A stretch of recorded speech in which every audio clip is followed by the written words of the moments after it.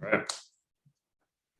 So, hello everyone. Welcome back to the latest episode of Enrique's Entries. If you're here, you know me. I'm Enrique. And today we have the one and only Sai repping from I'm so sorry. Hold on. I'm gonna restart that. No, you good? Yeah, you good? You good? We just talked about it. Fuck. Yeah, no, we literally just talked about that, and I saw on Zoom it says Sai. So it completely threw me off. Hello everyone. Welcome back to the latest episode of Enrique's Entries. I'm Enrique. And today we have the one and only Cybra repping Bay Ridge, Brooklyn, as he should be, multi-talented artist. And we actually come from, a similar background. We went to the same high school, stuff like that. It's pretty cool. And I think that it's really important to give people who come from the same area as you, have similar beginnings, similar backgrounds, a platform, because I've always been one to really try to champion the idea of lifting your friends and lifting your people up, those around you. So yes. I'm honored to share the stage with you, my man. Thank you so much for coming on. I'm really appreciative of it. Thank you so much for having me. I've been trying to once I met you, I was like, I really want to get on this show because it's like you got a really good thing going. So I'm excited to kind of have this, hour-long chat or wherever it goes and see where it goes and have a good time. You know what I'm saying? Yeah, for sure, man. I'm really excited too, for what it's worth. Like I actually have been meaning to get you on as well, like when I first started really listening to your music. So the fact that you hit me up and was like, hey, let's do something. I was like, wow, this is amazing. Kind of just came from the stars. So thank you. Absolutely, bro. Yeah, let's do it. Yeah, it's a blessing. Let's do it, bro. For sure. So we usually, I feel like the first time I sit down with somebody, it's always like pretty routine. Because the first time you sit down with someone and people haven't always been introduced to them, it's kind of like run of the mill questions, but I want to break that mold, So let me ask you, just for the record, everyone, if you hear a cat crying in the background, he's okay. He's fine. He's fed. He's safe. Don't worry. We're both cat owners. So we're going to probably throughout the duration of this podcast, we're going to relate through our cat ownership because I got one too. I got an 8-year-old. He's got a 6-month-old or 7-month-old. So both know this struggle. So we're going to get through it. We just a couple of cat dads out here, but don't mind the kitten. He just wants to get in the room and he's not allowed because he tries to eat the garbage. So I got mine locked out of my room right now. So we're chilling. Yeah, never mind the cat.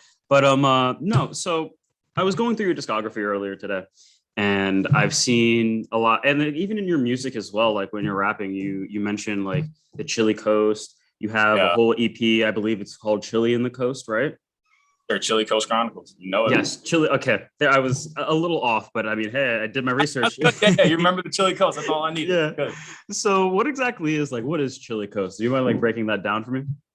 Yeah, so basically the story of that was when I first started, because I kind of have several starting points in my career. Like obviously, the first time I ever did it, and the first time I started taking it seriously. But a little after I first started taking it seriously, like in my junior year of high school, I started releasing songs and trying to release songs on SoundCloud and Spotify and shit like that. Yeah. And then one of the first songs I released on Spotify called "Know My Name" was in 2019. Mm-hmm. And I mentioned, because when I first wrote that lyric, because I have a lyric in the song where I say something about the Chili Coast, I think. I can't remember the lyric by heart, and it's been a while since I've even thought about that song. But when I wrote it, after I released it, all my friends were talking to me about like, yo, that Chili Coast line was lit. Like, what were you talking about? I was like, to be honest with you, I guess I was just referring to the East Coast, but I really wasn't a mindful thing that I was really trying to be like, oh, let me put this in. Like, I really fuck with this lyric. It was just kind of like doing thing, like kind of not freestyling, but writing and just getting on a roll, and then that kind of out of it.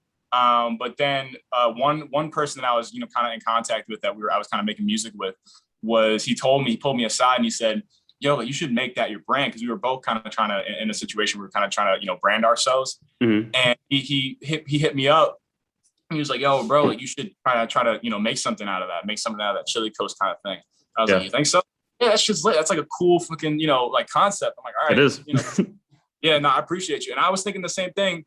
And, but I didn't want it. I had to sit down with myself and be like, I don't know if I just want this to be the East Coast, because I don't want to just make it that broad.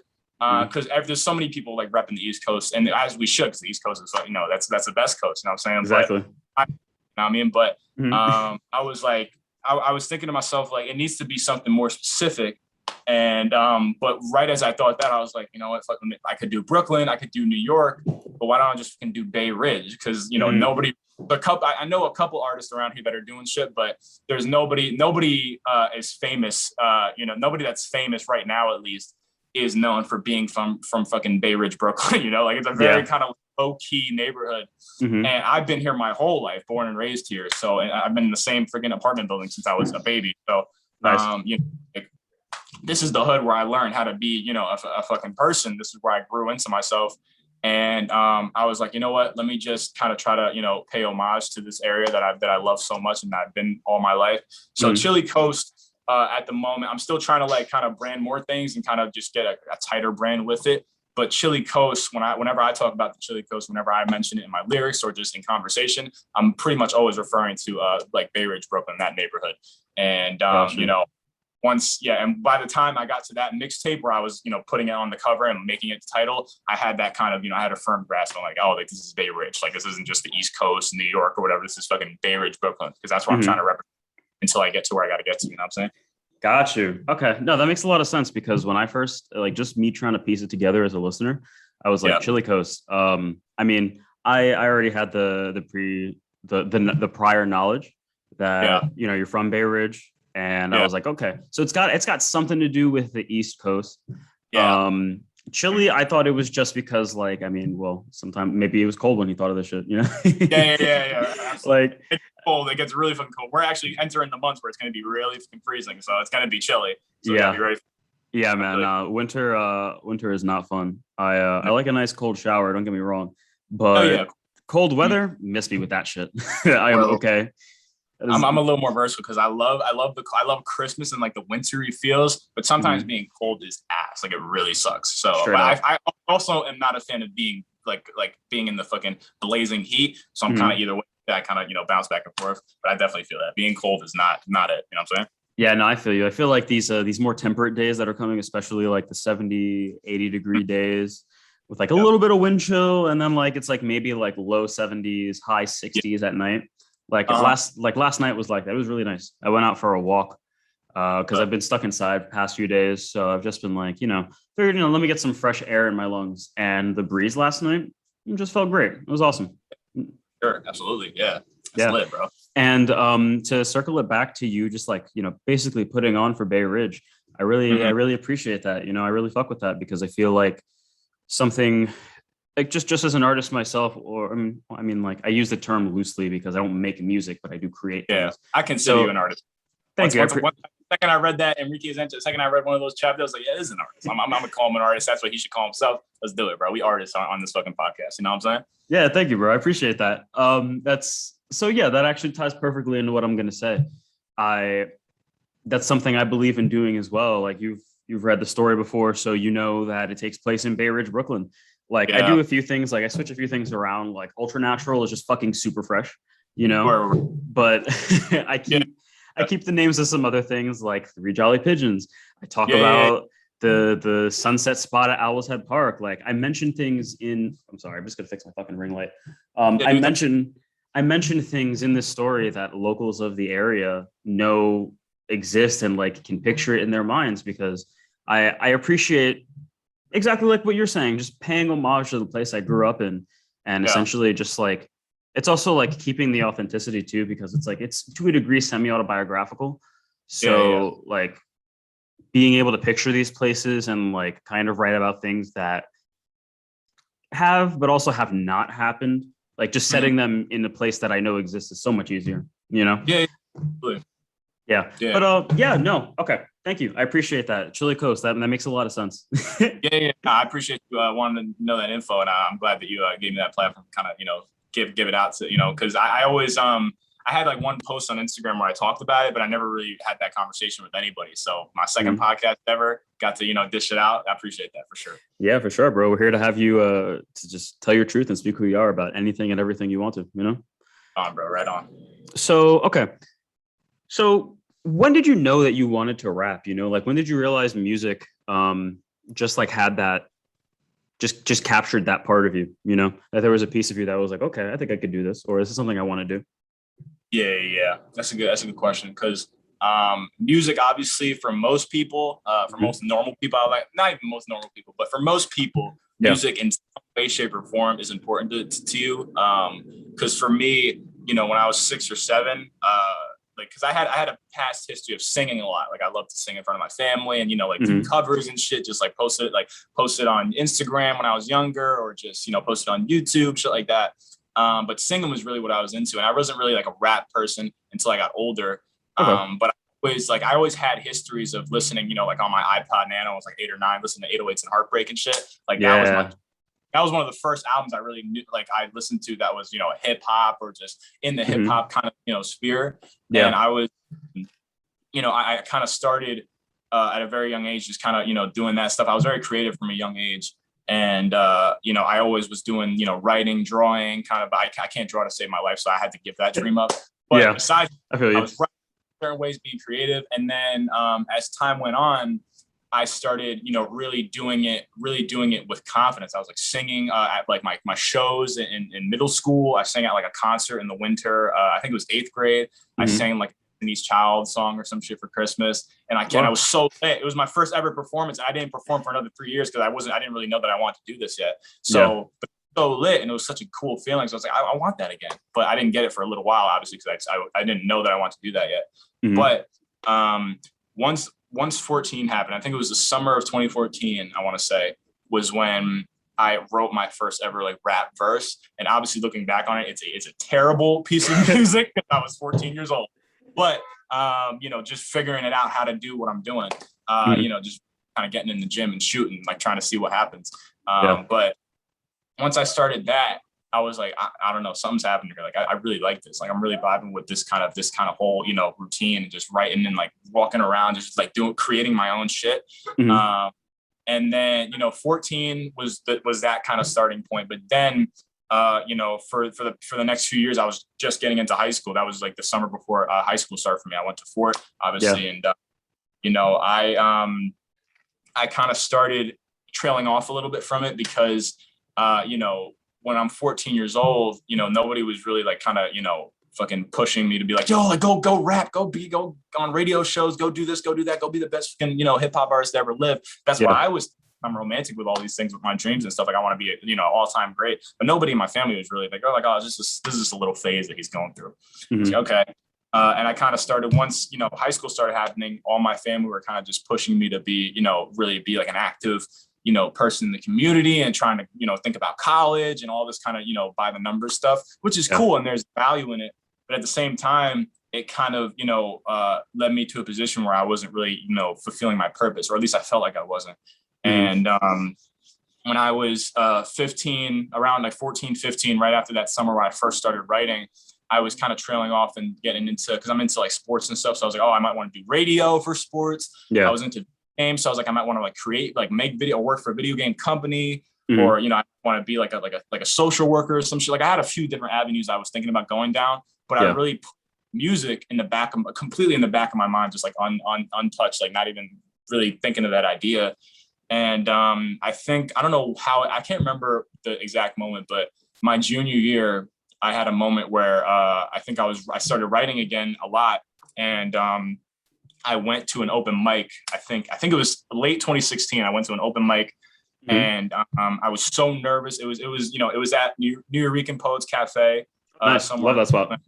Yeah, that's my shit, bro. I have to go back there soon, but it was my first ever, venture into that kind of, stage side of, this whole game, like just performing and stuff, at least for rap. And, it was an amazing experience. Like the crowd was amazing. They were so welcoming, and I ended up really doing well, like better than I thought I could. And that was the moment pretty much where I was like, I don't want to do anything else. I'm going to run into situations where people want to kind of, divert me from that. But I feel like I need to do, like, it was really immense inside of me. I was like, okay, now this is it. Like, I think I found it. And then it just kind of, started growing from there. And, then I went to the studio shortly after that. I started interning, I started going to studios, and then I started interning at a studio in Park Slope, Brooklyn. And, then at that point I was just fully in. I was like, all right, this is it. Like, I got it. So now it's just been growing and growing. And now at this point, it's just like, I want to be something special soon enough. You know what I'm saying? But that's very the Psy origin story. So I hope you enjoy it. Thank you, thank you. I appreciate that that first issue of the story of Cybra. Now because wow, hold on, I feel like I just got so much louder just now. Uh no, I really like that. That was I really had a lot of fun listening to that because like there was a few similarities there between you and I. Like my first album, well, my first like yeah, no, really the first album that I like have a conscience or like rather I can actually remember listening to avidly is Graduation by Kanye West. Bro, Oh yeah, bro. that album's crazy. Even to this day, like just man, So good. what I wouldn't give to go back and listen to that thing for the first time as an 8-year-old. Because I got lucky. My I dad think found that's a what critical happened? thought all the time, like where I'm like, oh, I wish I could experience that again. And no, Mhm. all of his albums back then, I was like, I wish I could listen to all of those at the day they dropped. So I definitely Yeah, feel that. yeah, Um, man. It's crazy because we don't know it then. And it's yeah, so much easier to see it looking back, but how crucial those moments are to really just forming us as people, you know? Like oh yeah, still love Kanye. I've been bumping Donda honestly till right until up until we started interviewing. yeah, bro. Donda's not like obviously, it's a very, it's a lot of controversial thoughts on it right now, Oh just because yeah. it's in the midst of a lot of conversation with Donda and CLB, and obviously I've been a part of that conversation. I'm sure you've seen me post about it. Like I've been talking Yeah. about it a lot. But Donda just kind of gave me a thought where I was like, I'm never even gonna attack Kanye. At least his like artistry, I'm never even gonna touch him. Like nobody can Mhm. touch him.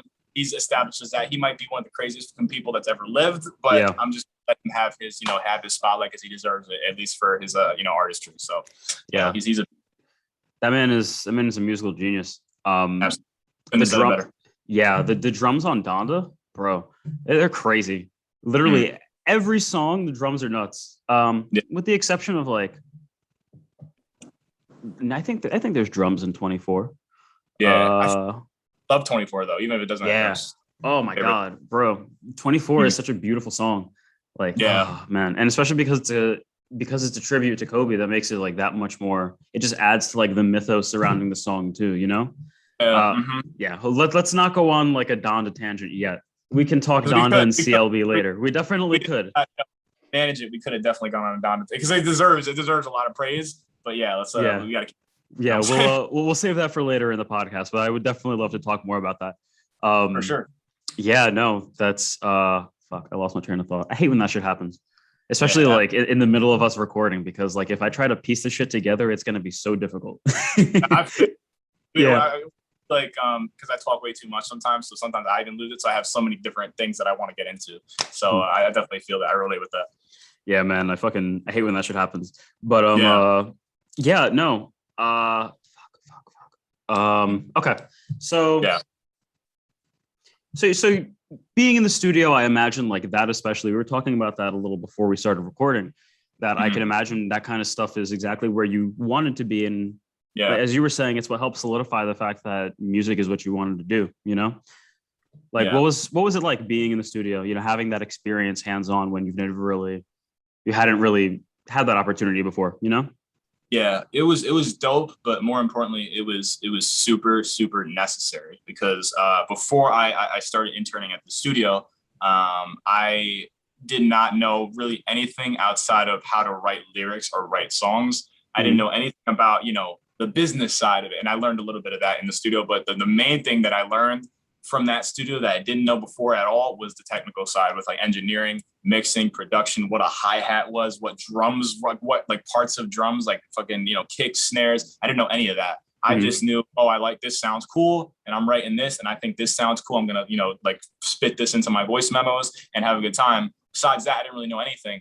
Mhm. So it was like I said, super necessary because the second I got there, I was just in an environment where there were engineers, producers, artists and stuff that knew about this shit and knew their shit. And I just kind of got thrown into the fire, even though all those people were very nice and very welcoming and guided me very well. I was Mhm. still in a situation where I was 16, 17, super nervous, getting into this new ass experience, not knowing what was going to happen, if I was going to do good at all. I ended Yeah. up engineering, kind of like being like an intern engineer, Mhm. helping people with kind of, their vocal like direction and vocal producing and stuff like that. And it really kind of changed me because it gave me so much knowledge that I wouldn't have had otherwise. So that was a very important stage in my career. And even though I had to leave, because it was an internship, it wasn't like I didn't plan on being there for, like a long time. Yeah. But I was, I think from 2017 to 2019, like late 2017, I graduated high school in 2018. So I like kind of went through, like a lot of parts of my life being there. And left in like mid 2019. And even though I had to leave at a certain point, I still kind of, it holds a special place in my heart just because of all the shit I learned and all the people I met. So I got nothing but love.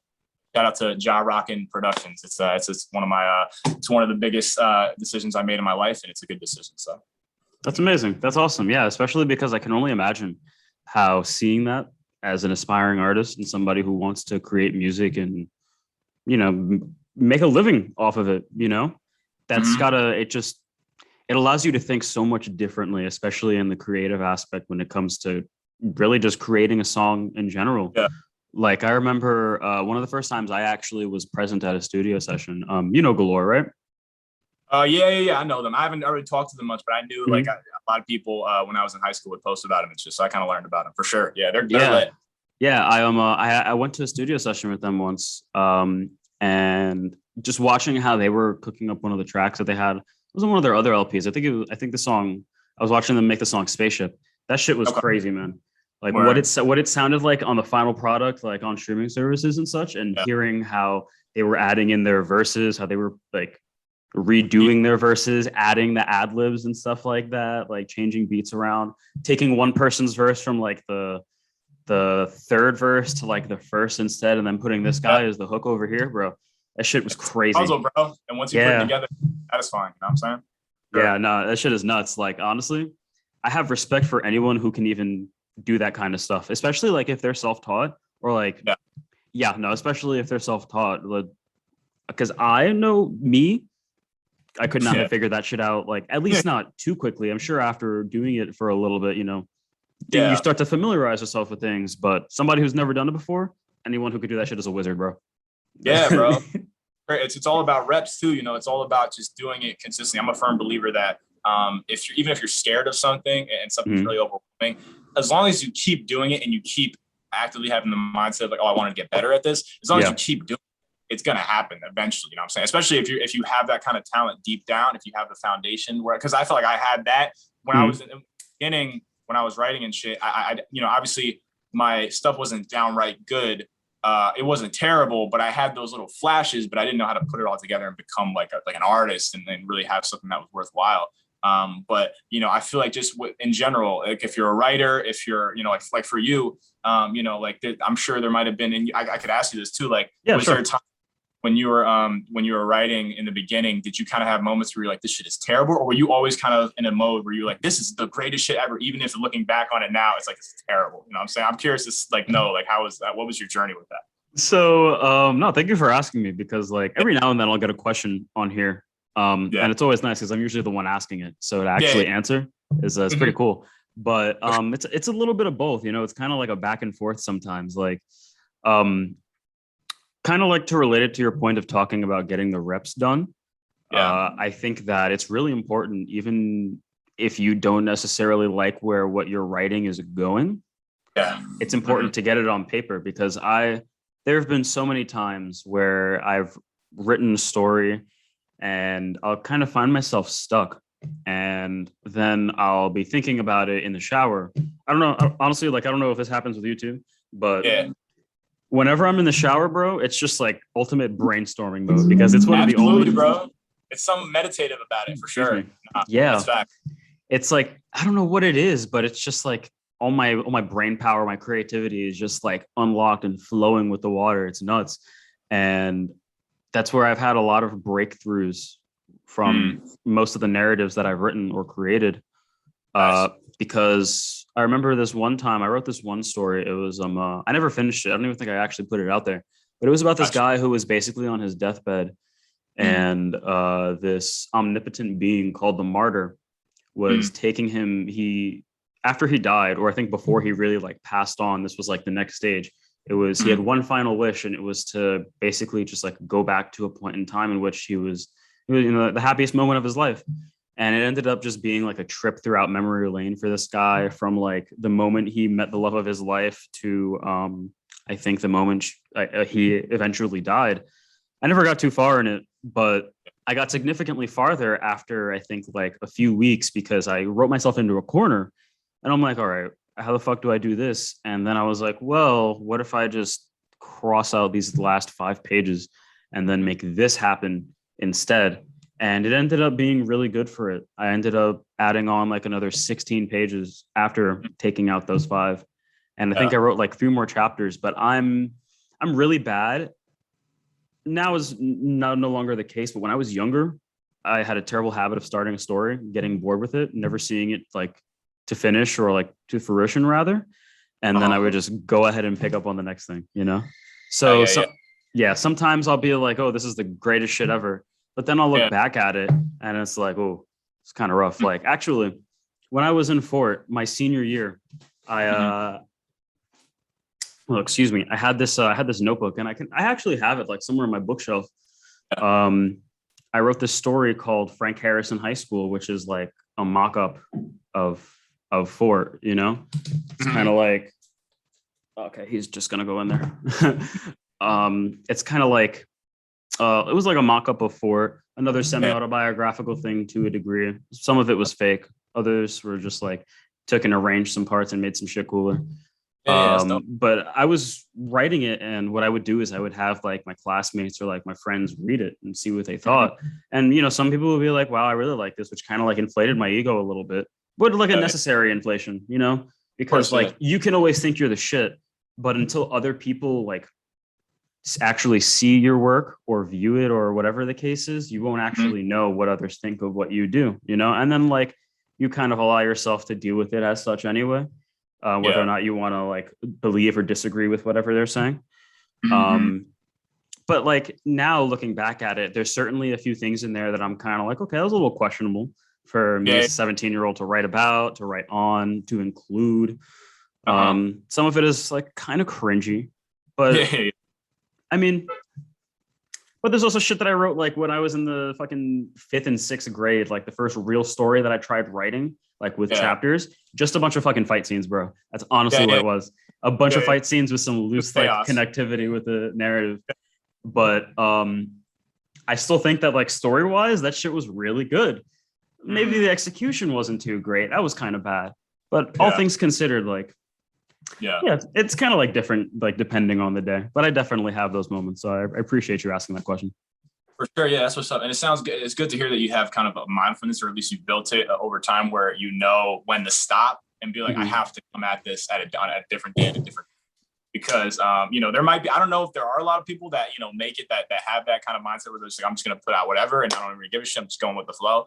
But good to hear, you know, someone be like, oh shit, like I got to a point where I was like, this is good, but I'm aware that I'm getting into a place where I'm just not in the same groove. I'm kind of falling out of it. So I got to fucking just kind of, you know, let it sit and then come back to it. So that, I feel like that's a key to creativity a lot of the times. And I feel like once you know, when you get to a point where you learn when to stop, when to start again, that's a key to, you know, like putting out quality shit in any form, you know what I'm saying? Oh yeah, 100%. And I think it really helps that I know what I'm capable of, you know, like in Fort, like my English class, or my English classes rather, anything that involved reading or writing, I was always like really good at. I was my essays. Fuck math was my jam, bro. I always loved fucking English. And anyway, reading, writing my own story, that was my jam. Like I didn't really downright like any other subject besides English, and obviously I don't really count gym or lunch or anything like people try to do sometimes, but English was I always gravitated towards, so I definitely relate to that. Yeah, being able to like freely express myself, any kind of class that allowed that, where it wasn't something rigid or formulaic like math, I always excelled at, because I just enjoyed doing that shit. I enjoyed thinking. And I at Fort especially, I had a lot of support from the English teachers there who were aware of my writing, because I was part of the Anchor. I had a few stories in the Anchor in 2016 and in my senior year 2017 as well. And one of those years we won a silver award. And you know, I had Miss Lapinto telling me that my stories were great. I had Mr. Alvear telling me that I needed to continue being a writer. So like when you have Just when you a second, shout out to Mr. Alvier though, because oh yeah a lot of these people, some people that come to this fucking channel and view this or come to this Spotify or wherever you're watching this don't know, but he is an absolute saint. Like yeah you guys wish that you had a teacher like him, because I had him my senior year. One of the greatest men I've ever met. Taught me so much about life. So yeah quick shout. I apologize for derailing this, but no don't worry. that's my Yeah, guy, bro. Mr. Alver, he's an awesome teacher. You know, I feel like teachers like him. Fort has definitely had a few of them because I know that I've had a few teachers there over the course of my time there who have, you know, impacted my life for the better. And like some of which I still keep contact with to this day. That's how impactful they were on my life. And Mr. Alver is definitely one of those individuals. He helped give me the support and belief that I needed to think that, okay, yeah, I really can be a writer. Maybe I can like actually go ahead and make a living off of this thing, you know, like maybe it's not just all like smoke being blown up my ass by my fucking peers, you know, like when an adult says some shit like that to you, or at the time an adult, because I mean, like, you know, we're adults now, but like when it like a higher up or somebody you're just okay, yeah. Yes, exactly. Somebody you look up to, when they are telling you that what you're doing is great and like they're encouraging you like that, it really does mean so much more. Like, I don't think that I could have continued as easily as I've been able to if I didn't have people like that in my corner, you know? Yeah. So like knowing what you can do certainly helps in the writing process, because like if I think my writing is bad, I won't put it out. I won't. I'll fucking, that's why like a lot of my writing, like what I'm doing with I Don't Know Yet, it was supposed to be a chapter every week throughout the summer. It's been like a chapter every fucking month. That's because like I'm constantly writing, editing it if I don't fucking like it. And then like, you know, because that process takes a while and I take a while, I haven't been putting it out at the rate at which I would like to, but nonetheless, I'm putting it out. So there's also that comes with it as well. But yeah, now as you're saying that, like, as long if that if what you're doing, if that kind of shift in, you know, the game plan is, if you feel like that's making your shit better and the stuff that you're putting out better, then I'm like, yo, take as much time as you need, because the more you rush yourself and the more we rush ourselves with what we're doing, the less time we have to really be hyper aware of what's going on, what we're actually doing, because it's so easy to get on a roll but just kind of think that everything's going to happen. Just think that, you know, like we're kind of taken care of by some spirit or whatever or something. And just like, oh, all this is going to be good. Everything's going to work out. But there's like awareness is very important too. So yeah, like you were saying, like the fact that you kind of knew like, all right, I don't really feel comfortable just throwing this shit out there. Like I feel like I need to, you know, and especially when you're in your head and you know the certain parts, because I've been there too. Like I know the certain parts that I think I could probably fix. I just got to get off my ass and fucking do it. You know what I'm saying? That's what's happening to me. So once you do that, the fact that we are even doing that, I feel like that puts us in a good position. We're one of those, like, we're those good artists that actually have mindfulness and awareness. And, you know, obviously sometimes too much of it on a certain day, on any given day, can really fuck you up. It's really like an important and an essential tool for any like creative, in my opinion. Oh yeah, 100%. I think that and I think what goes hand in hand with that is just like also like believing in yourself too, because just as there's people who will. Sorry, I thought I heard something fall. Just as there's people who will, you know, freely give you that support, there's people who will freely give you that hate too. And there's times where you're going to go ahead and make an artistic or a creative decision that might not necessarily, that not everyone is, you know, 100% a fan of, but being the creator, the artist, you have to have that confidence in yourself that in the interest of your art, this is exactly what needs to be done. And I feel like more often than not, history, I mean, I guess like history is the right word, but hindsight rather. In hindsight, it ends up being one of the best moves that you could have made, you know? So I think that's a really big part of it as well. Yeah, for sure. And like you were saying, you know, kind of, I feel like our whole being, especially when we venture into the creative side and we're like, oh, this is what I want to do. I want to be creative. Our whole being and our whole life is like, you know, kind of knowing that people aren't really on board with it too much, or they're kind of skeptical, but trusting ourselves. That's what creatives and artists do all the time. Cause they're like, I know I might be the only person on earth that sees this, like how special this is and sees the value of this. And I know that the people beside me going like shoulder to shoulder with me don't really see it as much as I do, but I'm still going to. Anyway, that's like really like our whole fucking story. That's what we deal with on a daily basis. So like, if you don't trust yourself, it's so cliche to say, but if you don't trust yourself, it's like it's really going to be so difficult for you to make anything out of this. You know what I'm saying? Unless you get lucky, which, as we say, luck is, hard to come by for most people. You know what I'm saying? Oh yeah, 100%. You always got to believe that you're the hottest shit around. You know? You got to have that confidence in yourself that like you're the best. Like, I think a really good example of this is, even though it's a TV show, it's also semi-autobiographical. Have you seen that show, Dave, Little Dicky's TV show? I haven't seen it, but I really want to watch it. And I love Lil Dicky. I think he's one of the funniest people ever. So he is, I've really wanted to watch that show. So I'm sure, like, since you asked me, I'm sure you know a little about it. So I'd love to hear a little bit about it. Oh yeah. So, I mean, like, it's, the first season is kind of like him being this somewhat viral sensation who lives in California and is trying to like get his career off the ground. And then season 2 explores like him having reached a certain status, but also not being where exactly he wants to be. So season 2 is like him working in that aspect, like trying to really accomplish his dreams. But like over the course of that, a lot of it is him believing that he's the shit and people not taking him seriously because of his style of rap, and how a lot of people just think it's like, because it's funny, it's just meant to be jokey as opposed to be like taken seriously. And yeah, I feel like that's a show that, like, even though he's also like a narcissist, and they explore that in the show too.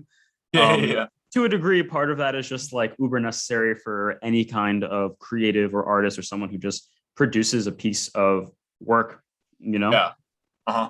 For sure. That's so cool. Yeah, and he's a beast. I got a lot of love for him. Obviously, there's certain parts of his music, like certain works from him I'm not really too much of a fan of, but I like the first time I heard him, I was like, this is such a special kind of thing going on. Like he's a really special talent.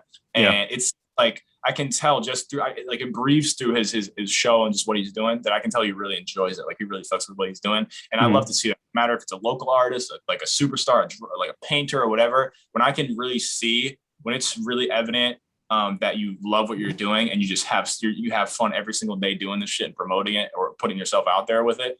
It's happy because it kind of inspires me to do the same thing and have that kind of same, positivity with it. You know what I'm saying?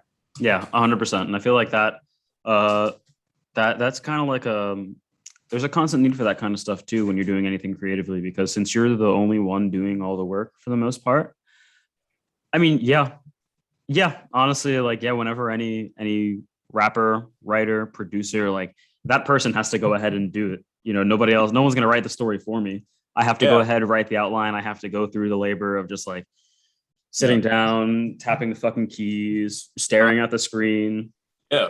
Just like you have to go through writing verses, scratching it out, and then going into the studio and recording it. Like that stuff requires fuel.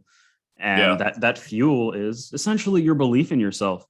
And above pretty much all things, just like the belief in how well you can do what you want to do. Because if you don't think that you're good or like deserving of the opportunity in which you're trying to, take advantage of, then what are you doing? Yeah. And I think the belief in yourself matched with belief from other people is a great marriage, but one is more than the other. It doesn't matter if people believe it. Like if there's people that believe in you, and there's people in your circle that are 100% invested in what you're doing and really think that you can make something out of it, that's great. But you could have anybody, you can have like everybody in your circle, everybody, all your friends being like, yo, you're so good, you're so talented, like you're really going to become something. If you don't yourself, fuck all that doesn't mean anything, because you're the person that has to put this, like they're not going to do it for you. They're going to like put your name out there and tell their friends about you, but you have to be the person that's telling everybody, the whole world. So like I said, it's a great marriage, like, oh, my self-belief and people's belief in myself, other people's, but your belief in yourself has to come first every single time. Like that's what's not even necessary, not even like important. It's like a fucking must have. You know what I'm saying? Yeah, for real. It's a prerequisite to to doing anything of that sort. Absolutely. So it has to come first. If it takes you a while to build it and have it and have a grasp of it, that's cool. But no matter when you get it and you feel like you it's just in you, it has to be there eventually, right? If you want to do anything with this, you know what I'm saying, with anything creative, any passion, any just kind of, exploration of yourself, trying to like do something and grind, it has to be there. You know what I mean? Oh yeah, 100%. Yeah. I wanted to ask now, I mean, like not to do such a hard like a hard cut, but I feel like Yeah. while we're talking about like our respective bodies of work and the labor that goes into creating them, and also the belief in that these works are, what's the word, not just like, no, I don't think acceptable is the word I'm looking for, but these are just things that we want to put out there. We think people should be listening to, Yeah. or be reading, for example, when it comes to writing or watching like this. How do you feel about stuff that you've put out in the past? Like does your feelings like change on stuff like that? Like you put on a song and it's like the hottest shit ever. And then maybe you go back and listen to it a few months later and you're like, what the fuck was I thinking? Is that like something that ever goes through your brain, or like, just walk me through that? Absolutely. I've had many times where there's definitely like a kind of a downright feeling with my older stuff where I was like, I wish I didn't put this out because I don't like it, or because I've grown so much from it. Yeah. But no, I know at this point I'm like, I have to keep that there. And like it's showing my journey. But now, for especially recently, for the past year and a half, or past year or two, I've definitely had times where I was like, I wish I kind of, maybe I should have put this out, or maybe I should have put this out instead of this. And then because I'm a big thing I'm trying to do in my career is, like display versatility throughout my music, because I really enjoy. It's not even that I don't even want to say kiss my ass and be like I'm good at everything. I love to write over most instrumentals. I love to like explore most genres in my own shit. So I think I'm always trying to do that. I'm always trying to be perfect. I'm always trying to be the best thing and like be what I think I can be in 5 years right now. Yeah. And with certain shit I've released in the past, and even recently, like, I love all the songs I've released. I think they're good just in terms of songwriting. I think they're catchy and stuff. But, I feel like I've grown even from, songs I've released this year, a few months ago. I feel like I've grown from just because like I'm always hyper aware of like, oh shit, like I feel like I could have, this lyric could have been, I could have, wrote something deeper. I could have wrote something that was a little more profound. I could have wrote something that was a little more, had a more of a storytelling flip to it rather than just kind of being, generalized. Because I would love to write a hit that's kind of just, so accessible to the whole world and everybody can listen to on the radio or whatever. But like I also know the value in, writing something that might not be easy to kind of digest, but is so fucking just, like deep and just so, it hits you with such like an effect where you're like, holy shit, like I really want to like sit down and fucking read this and like see what's going on and understand. I've always wanted something like that, and I've had potential to do that from time to time, but I think now I'm really kind of tapping into it where I'm really like completely mindful of like, oh, like I think I can make this a little more, like a little, I can go in depth a little more, So for the past year or two, like I said, it's been I've been having those feelings. But it's never, at this point, it's never like, oh, I wish I didn't put that out. I wish I could, I don't really know about this. I'm not, I regret kind of, putting my energy into this, because I know once I get to that point where I want to be, where I feel like I'm doing all these things that I want to do, I'm being completely versatile, and I'm at, the level of songwriting I want to be at. Yeah. I feel like cool to go back and go through my whole, because I do that a lot. I'll go through all my like all my songs on Spotify, and I'll listen from front to back and be like, oh shit, like so crazy where I was 2 songs ago, and now here I am like doing this, and it's like I'm so much different and I'm so much better. And so I definitely have those feelings, but I'm so like I treat my journey with such like tender loving care, where I'm like, all right, all these songs are necessary to who I am, and they've made my career so far what it is. And I'm completely just I'm completely happy to have all those up there, and I'm never gonna take them down. I'm never gonna have them kind of erased from my history, because I'm proud of all of them for sure. You know what I'm saying? Yeah, for sure. No, that's a great, excuse me, I'm sorry, that's a great stance to have too, especially because it shows like, oh God, excuse me. It shows exactly what I was talking about, that confidence in your work, Yeah. And I really applaud that, because not everybody has that either. I opened Spotify just now because I hate referencing people's works and then not getting it right. So that song, fuck. You know, That's you all probably good. know. Yeah, Catch Your Name. That Yeah, is what it's called. Yeah, you knew exactly what I was talking about. yeah, a little, Um, yeah. yeah, no, I really like that song too. Like, I really enjoy the '80s vibe and feel that it gave me when I was listening to it. I mean, at least that's what I felt when I was Yeah, listening to it. You know, yeah. Uh-huh. yeah, no. How was that? You know, how was that creative process making that song? Now that we're on the topic of it, because Yeah. thoroughly, I enjoyed it. It was a really nice track. Like, I've been bumping it since I discovered it. Thank you, bro. I really appreciate that. Sure. That's one of my more slept on ones, just because of how kind of in the past it is with its sound and its kind of makeup. Hmm. But I basically I've been going on BeatStars a lot more, the beat website, and Hmm. that's why I'm kind of looking for a lot of beats just to kind of kind of explore my versatility more. Yeah. And at just kind of cycling through some beats on there, and I was at work, and I've written most of my songs that you see now, for at least from January 2021 on. Most of them, if you're listening to them, like I wrote those like sitting at work while it was like kind of a slow part of the day. I was just like sitting, just chilling, on my lunch break, just fucking Hmm. gotten some shit down, and then they became most of those songs. And Catch Your Name was no exception. I was sitting at work. It was I think it was in the morning, and I was just kind of feeling something. Basically, the whole story around it is it's based on me meeting this girl for the first time and us having an interaction that really affected me so much, and being like, oh, like Hmm.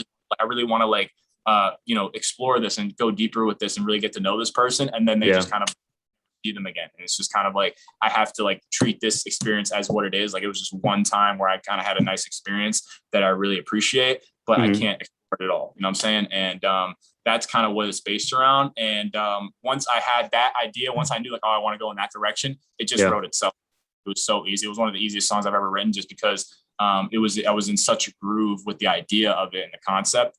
Hmm. So I knew what I wanted to do. I knew all the things I wanted to write. I knew how I wanted to do the bridge. I knew what I wanted the hook to be. I knew the lyrics I wanted to put in there. It was all a matter of just putting pen to paper.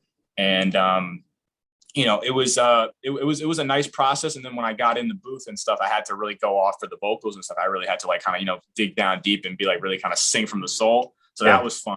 And it was one of the first songs where I really did that, just recording in general, where I really had to sing like I fucking meant it. So it was definitely in a lot of ways, it was kind of going into a part of myself that I never really had been before, just in terms of the sound that I was putting out, that Yeah. I was out there, and just the how much I had to put into my energy with singing how I had to sing, and just Hmm. how I had to write it. It was definitely a different vibe for sure, and I'm very fond of that song. I'm really glad I put it out. You know what I Yeah. mean? Yeah. No, as you should, because it's really good. Thank Um, you, bro. for sure. While we're on the topic of your songs and other past Yeah. releases, Mhm. talk to me about the In the Coast series. Because I know you've got, I think it's like you pretty much have one for each season. Correct me if I'm wrong. You got Sure. October, that's fall, December, winter, April, spring, and then July, which is summer. Yeah, bro. So yeah, talk to me about those. Like, what was your kind of same as similar question for the last one, like what was your thought process, but also like because that one's a collection of songs, technically speaking, because like there's that In the Coast vein that Yeah. pretty much like relates all of them. Yeah. Talk me more about that. Like what was it like? What made you want to create something of a series of songs? Kind of like, Yeah.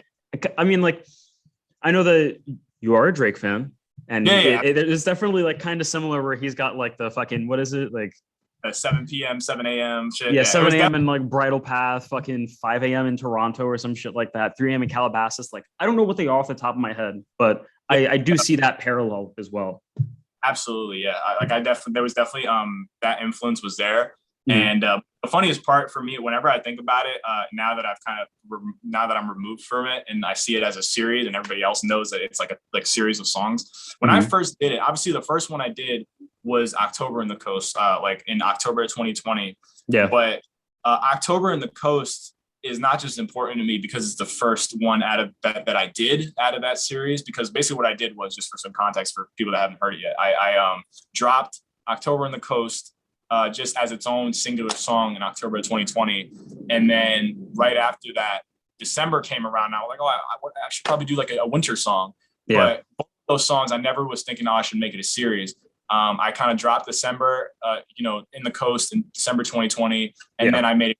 So April 2021, spring came around. I did April on the coast and then July on the coast for the summer. But when I dropped October on the coast, there was no thoughts of like making it a series. It was just kind of like a cool thing. I just felt like the title was cool and just kind of, having it be a vibe rather than a specific story. Just like, oh, it's October in Bay Ridge, like it's October in Brooklyn. You know what I'm saying? And that was kind of what I was thinking. I never really kind of thought of it as like a series. And a big reason why it's important to me outside of just the whole ethos of, the Coast series. I, at that time, right before I recorded October in the Coast and released it, I was in a bad spot because of, like the whole fucking COVID craziness. It obviously hit everybody. So me saying like, oh, COVID really hit me hard. It didn't really hit me hard emotionally, but it really stifled my music, journey. Like I really wasn't recording a lot. I wasn't writing as much. I was just kind of in a funk with that. And like me and my people that I were doing music with, like it was just not, it just wasn't jumping at that time. And, once I got to around September, I think it was late September, I started looking through BeatStars. Like I found most of my beats that I've, wrote to right now. I was, just kind of, I found it and I was like, oh, this is lit. Like, I feel like I want to do something with this. And, I think sometimes it happens in different ways sometimes, but when I come up with the idea and I come up with the title and I know what I'm going to do with it, it really kind of excites me even more. And October in the Coast, I was writing a little bit, I was writing the intro, and then something just popped in my head where I'm like, oh, call it October in the Coast and make it like a fall kind of nighttime song. And then it just wrote itself. But it got me out of my rut. And it started my kind of, my kind of streak that I've been on where I started, releasing a song every month. And I really started getting back into it and really trying to, promote myself and learn how to do those things and learn the other sides of the business that I really need to know for the future. That song and just getting back out there into the kind of, the public eye with that song, it really kind of, kickstarted that. So that song outside of the whole Coast series, is really important on its own, more than the other ones, to be honest with you, because all the other ones right after October, even though December, I didn't really know I was going to do a series. I still was like, oh, this is just a follow up to that. All the other ones were just part of the Coast. Like, oh, I'm just doing it because it's like, I want to continue the series. So those kind of just happened how they happened. But October was really important because it really kind of got me off my feet. And I was like, all right, now like I'm back into it. Like I'm really trying to, and I haven't stopped since. I took a little, in terms of releasing, I took a little hiatus this month just because I wanted to kind of calibrate. But I've been, ever since that song, I've been in a mode where I'm like, all right, I'm full speed ahead. Like I'm trying to, fucking make this shit possible. So that song was really important. But yeah, I'm very fond of that series, and a lot of my friends. The coolest part is just hearing people say like, "Oh, I like this song. I like this song the most out of the series. I like this song. I like that." And none of them have like a concrete concept outside of the season, and just me trying to like make the sound match the season as much as possible. Outside of that, they're all just vibes in my opinion. I'm just trying to have fun on all of them. And once I put it together, and now that it's over, I'm probably not going to do another one of them. So after July, I was like, damn, this is like something this is like one of my first ever ventures where I was trying to do something creative, do a concept, and just having it was like a blur. You know what I'm saying? At a certain point. Now that it's done, like it was kind of bittersweet, but cool to hear that people like it. And I'm just glad that I kind of did that. And October especially was really important just for kind of kickstarting what I was doing and just kind of my ambition. But yeah, I'm definitely fond of that kind of series. So I appreciate you kind of letting me get that platform to talk about it for sure. Yeah, for sure. I mean, that's what you're here for, man. Yeah, bro. Yeah, I think what we're talking about, like people giving you your favorites. I don't know. I was listening to them all earlier, and I think that my favorite is probably like December. Word, that's what's up, bro. I love that one too. That's a slept on.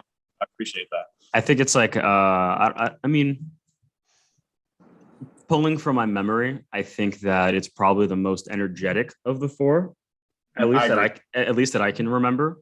Because it kind of just like starts off with a bang too. I like that. I like really energetic production. I like really deep drums. It's kind of got a lot of stuff that I just like in a song. So I think that really made it perfect. On top of it just being, a good song. Yeah, good looks, bro. Good looks for that. For sure. So we spoke about this a little before we started recording. And I think that you had like some lead up to it when you before you dropped July in the coast. But I know your trip to Puerto Rico, it certainly Yeah. changed a few things for you. Uh, How did that influence your music in any way? Oh, excuse me.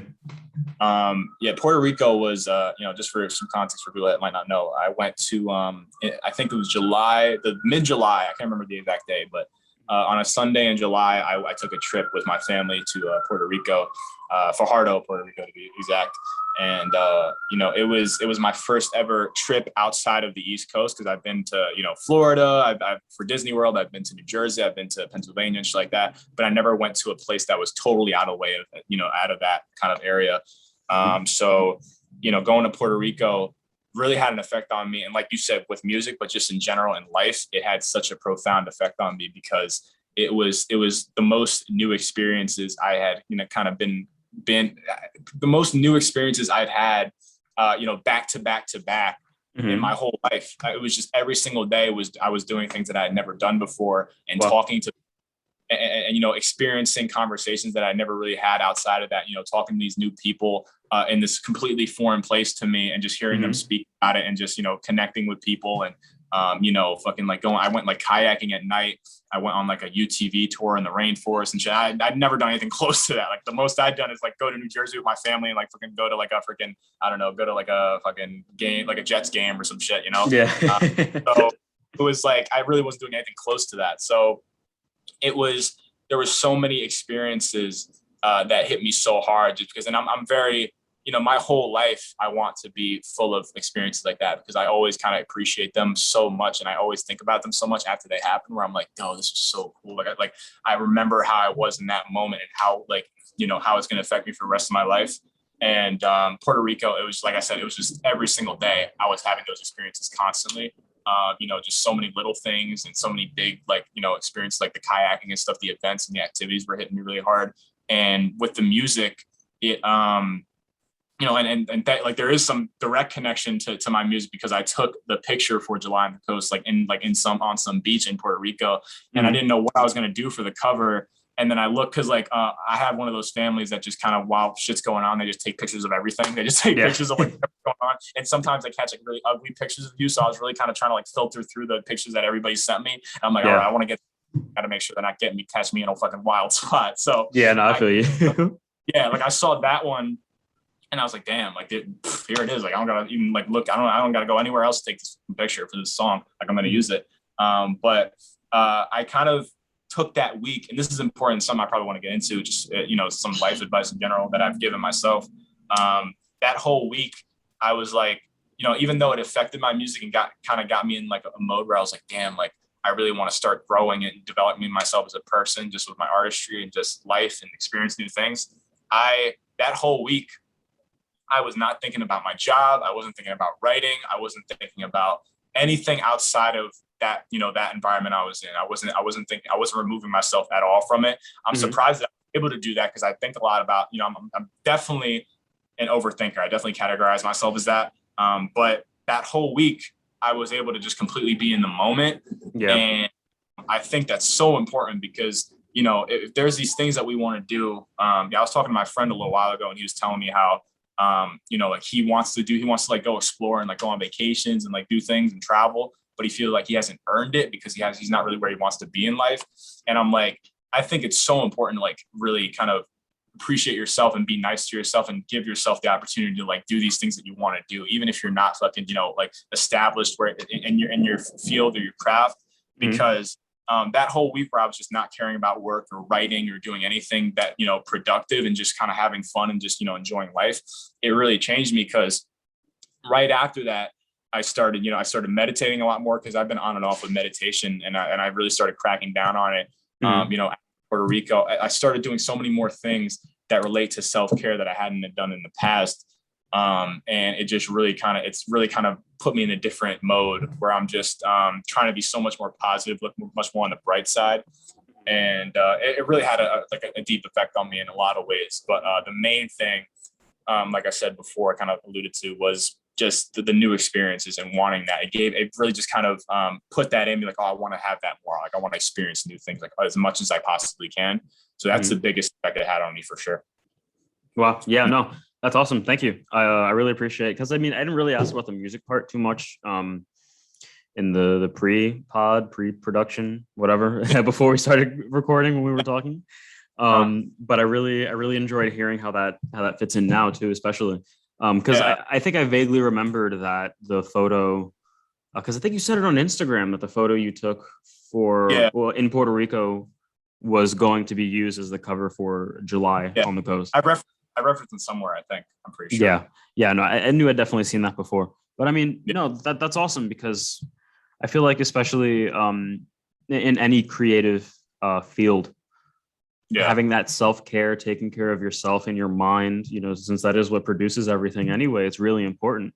Because I mean, I know there's some people who subscribe to the theory, or maybe not subscribe to the theory, but rather just like have that belief that in order to create art, you have to be miserable. I don't think yeah, that's the case at all. I mean, there's certainly been instances in which people, artists or creatives who are miserable have turned that energy into a great piece of work. Um, but I don't think that it's the automatic formula for yeah. Not something great, you know? not a, yeah, yeah, yeah, for sure. Because there's so many times, especially with, like, there's like artists all over the globe where most artists, if they're being productive and they're making strides with what they're doing, they have to Hmm. be in a relatively positive mindset. You know what I'm saying? Like, it's not Yeah. like being shitty, even though it's gonna, like, feeling shitty about yourself and your life and just feeling, very just pessimistic about everything. Hmm. It might, if you're talented, it might lead to you making a great song about it, but Yeah. it's not like you're in a headspace to use that song to kind of anchor your whole kind of business and just what you're doing. So it's like just like you said, like, feeling miserable can kind of lead to certain good things, and Hmm. it can give you a lot of lessons in life once you, like, remove yourself from it and you're removed from it. But Oh, yeah. it's not like it's an automatic avenue to fucking fucking tapping into something special. It's not how it works. You know what I mean? Yeah, for real. Like I remember being in high school and just like being in relationships and shit and like getting broken up with definitely helped. Well, I wouldn't say helped, but Yeah, yeah, allowed me to kind of like tap into to like feelings that I hadn't really like embraced in a while. Or, like I hadn't allowed myself to be sad about certain things. So in the process of writing, for me, it's very therapeutic sometimes, even if it's mm, not necessarily like me writing about what has happened, just yeah, channeling that energy into creating something. yeah, And I think that I've really produced some pretty good work during those times, but mm, I don't want to fucking be sad in order to yeah, write bro. something really good, you know? Like You know what I I'm don't saying? think that's necessary at all. You can be fucking happy as a peach and write something really well or create Yeah, yeah. something that's great. Because when you're in a mode where you're like, oh, I'm making this great content, based on breaking up with somebody.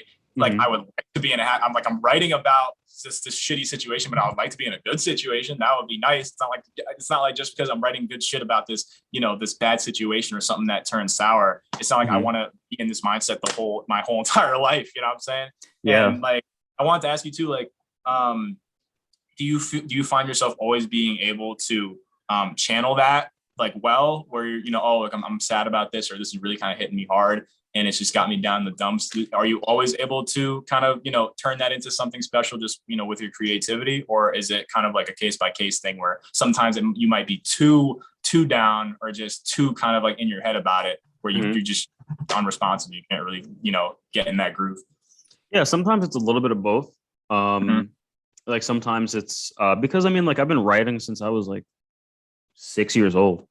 Yeah, So even like if I wasn't necessarily writing something creatively, keeping a journal was something I did and still kind of do to this day. Like today, I don't do it as frequently as I yeah, probably should or as much as I would like to.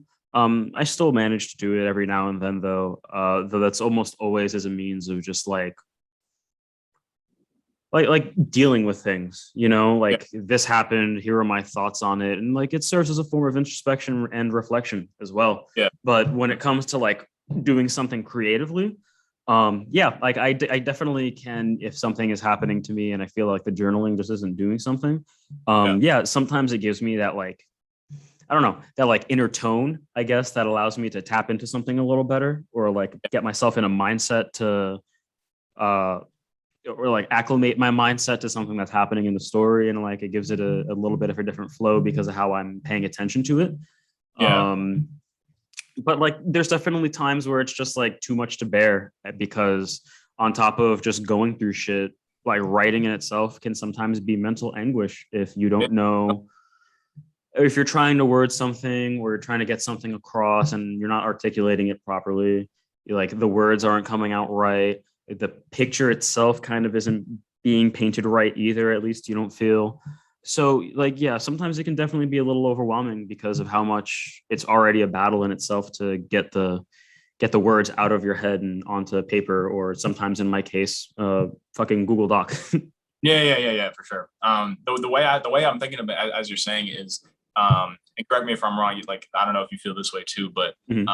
I think a way I think about it sometimes is if I'm in a situation where I'm writing about something that really affected me negatively, um, it takes me being like me in this idea and this situation being hand in hand. Like it kind of almost, I don't want to say it happens on its own, because at the end of the day, I'm putting these lyrics like on in my phone, like I'm writing Yeah. this shit.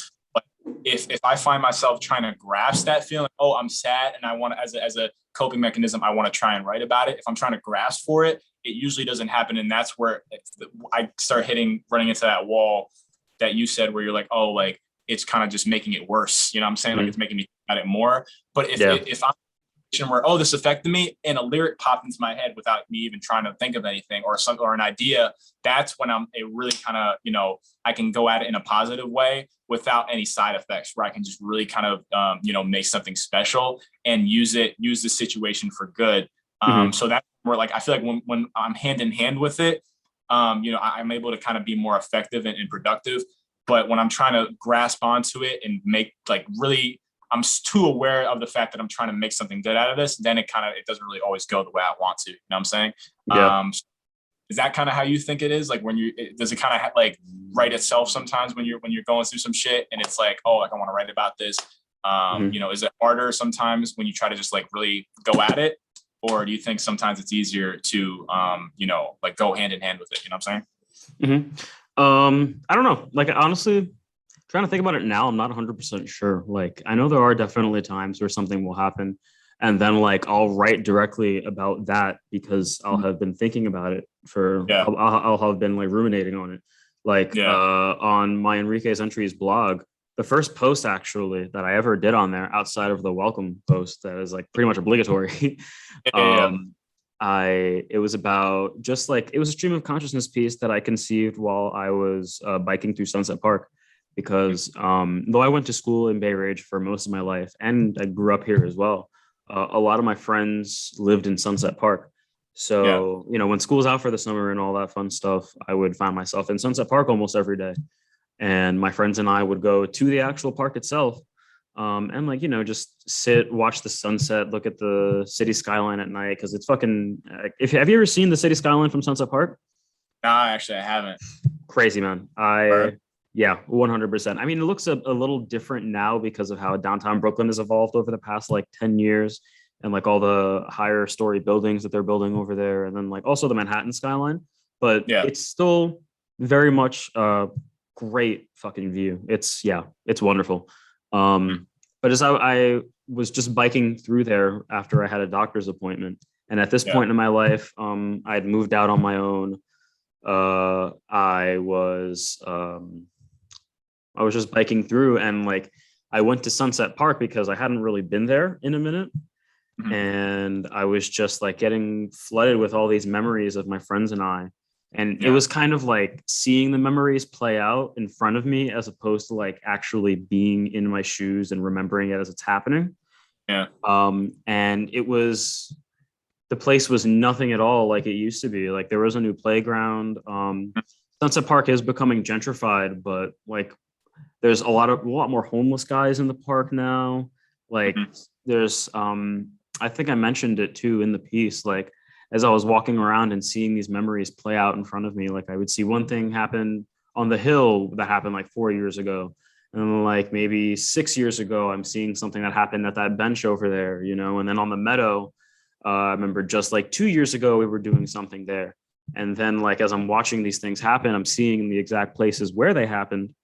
There's drunken, I can only assume homeless man sprawled out across the steps, fucking, and like you're not even sure if he's breathing. I mean, like he's breathing, so it's like, okay, that New Yorker shit, it's not my problem, so I just like walk away.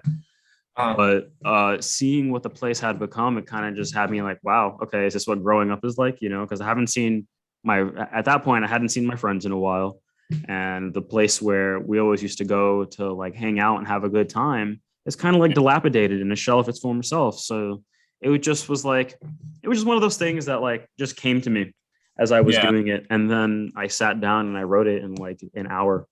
I mean, honestly, it's probably, I mean, it's only like 3 pages on Docs, so it didn't take me that long to write it, but I think I ended up just putting it up as soon as I was done writing it, because it was one of those things that was just I was so sure of what I was saying and what I was writing.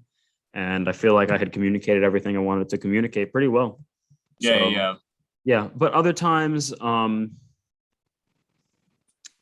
think like the second part of your point, it kind of just like goes back to what I was saying before, how sometimes like if it happens, like I can definitely like channel that, but other times it's just like it's too much. It's too much to like stomach, right? Mm-hmm. I feel you. And then like as you were saying, I was thinking, thinking about your life and how it's been playing out can be like awesome sometimes. Like it can really make you reflect in a good way, but sometimes it can be fucking sobering just to see all the situations and all the environments you kind of occupied at a certain time, seeing them become like going through normal wear and tear and just change. It could really fuck with you on a bad day where you're just obviously we don't always know how we're gonna take things in and think about things on any given day. So I've been through that many times too, where I would think about school. Like even though I did my high school experience was it was just kind of pedestrian. I still think about it sometimes where I'm like, oh, I'm happy that I did that. I'm happy. And thinking about it now, like, oh, like I don't even know any kids that I see walking out of Fort Hamilton. It's really, it's cool. It's just like seeing how it's, changing, and just seeing, knowing that just means my life's kind of just going on. But then sometimes it's like, oh shit, like I miss being in that situation. I miss being in this situation. I miss just, being a high school student. And then it like just gets me in a, endless cycle where I'm just like completely negative about it, and that's tough, bro. Like it's tough to, especially when it's things that you're fond of completely. Obviously, like as I'm talking, like it doesn't sound like I'm, completely appreciative of my high school career, but there's certain situations like the studio, or, I used to summer camp for 4 years when I was a teenager.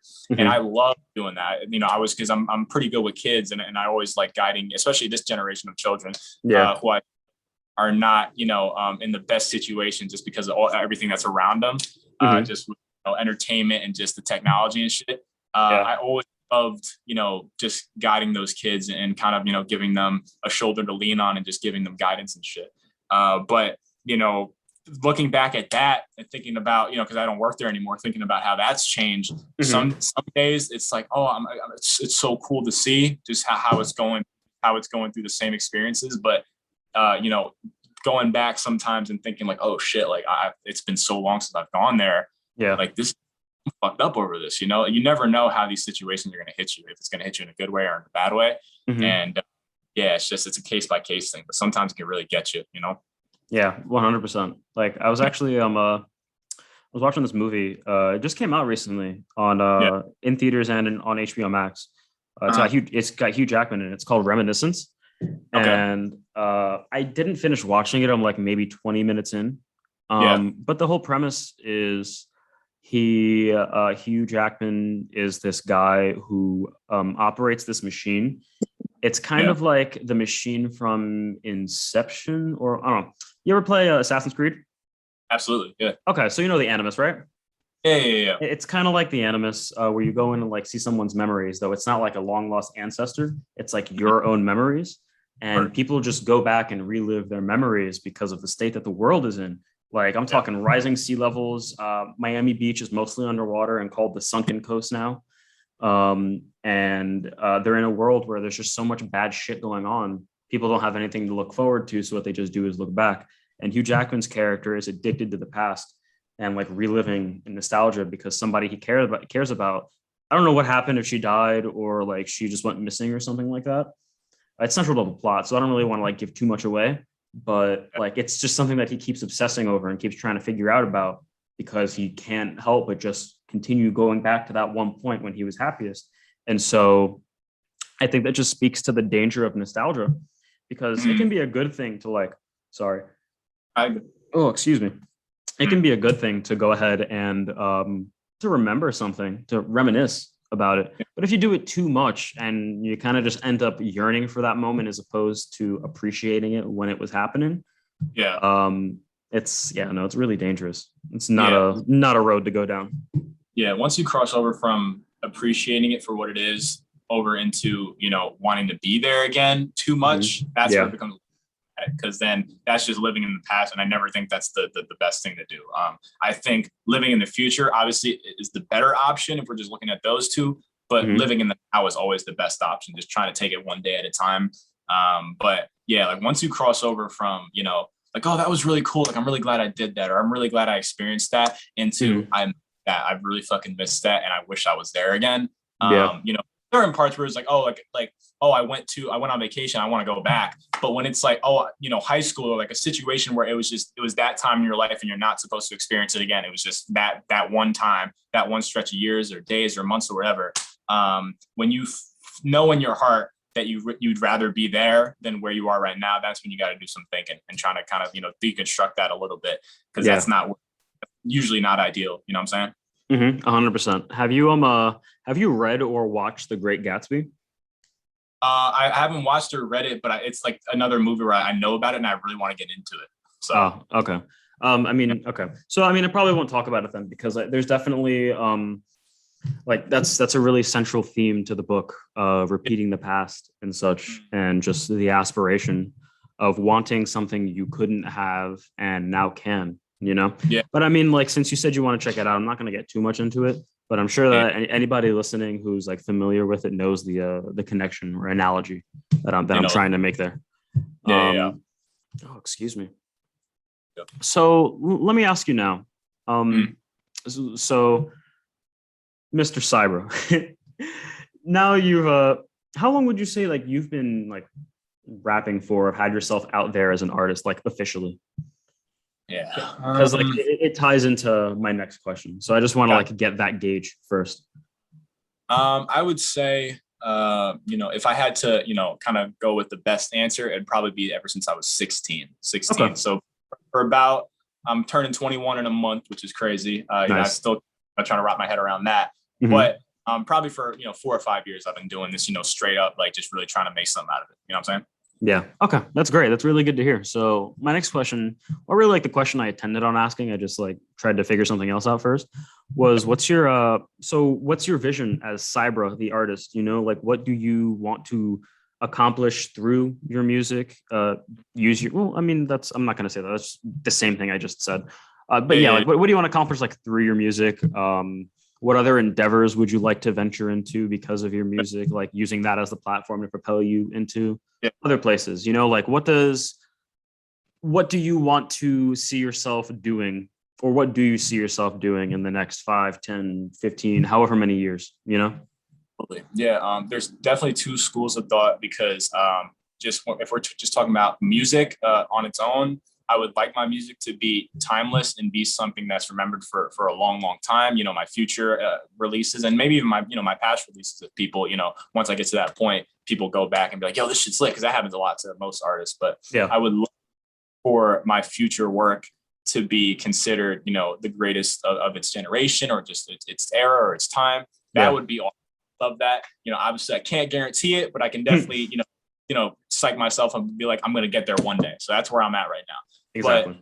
But the especially over this past year, the other kind of thing I've given a lot of thought is the effect I want to have on the world as a person while I'm being an artist, because that's what's more important to me. Just, and I talk about it a lot with my friends and just, my family members and stuff, giving people a voice that have been through similar thoughts, not even just like, oh, like going through a breakup or, like feeling depressed. I'm talking about like certain shit in the story of my life that I feel like people can relate to, specific things.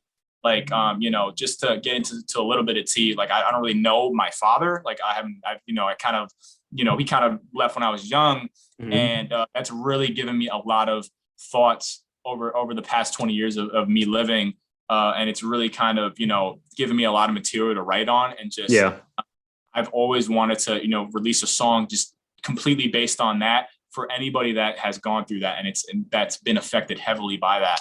And, outside of, using my lyrics and songs and material to give people a voice, I also really take educating myself seriously. I really want to learn about things going on in the world as I get older, and be able go through, make a change through charity, or make a change through, visiting schools and shit like that. I really started giving that more thought over the past year. Like, I really want to do that. I really want to, be an active person, person in this genre, obviously in this field, but also in the world. So, I can be remembered, because I don't want at the end of all this to just be like, yo, Cybra, he was a good rapper. Like, he was a dope artist. Like, he's, that fucking album that he dropped in 2026, I bumped that all of high school. Like, that's cool. That's awesome. I would love that.